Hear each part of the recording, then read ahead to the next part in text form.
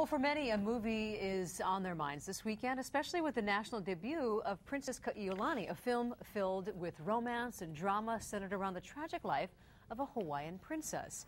But this movie is getting more than just rave reviews from film fans. It's also getting criticism from some of the Hawaiian community.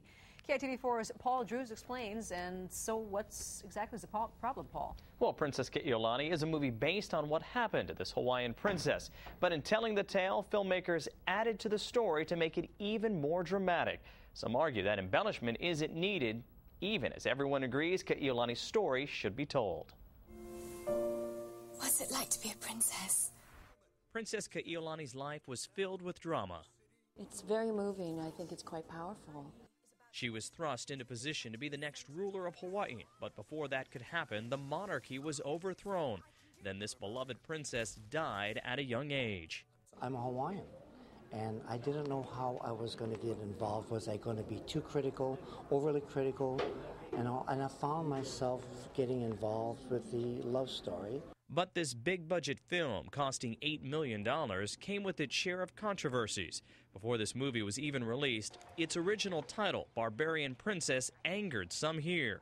A lot of people are very sensitive people about the culture and had valid reactions to it, and we certainly took that into account. While the film is getting positive reviews over the actors' performances, some are still concerned over the movie's historical accuracy. It's not a documentary.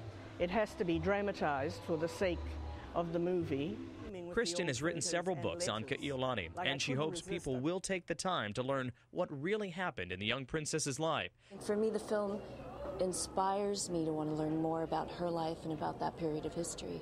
Producers are proud this film puts Hawaiian history front and center, showing the monarchy and the overthrow, but tailored this movie to also attract interest across the country. We want to get the message about the overthrow and about the culture to a much wider audience, so that required a balancing of history and drama. And for many on opening day, it was a moving film that hit home here in Hawaii. I came out of there with tears in my eyes a few times and feeling quite proud as a Hawaiian. Producers promise there will be the real story of Kaiulani and more Hawaiian history on the DVD release. And for fans of the princess who would like even more, she was an avid surfer, and you'll be able to see her surfboard on display at the Bishop Museum next month. Reporting live, Paul Drews, KITV4 News.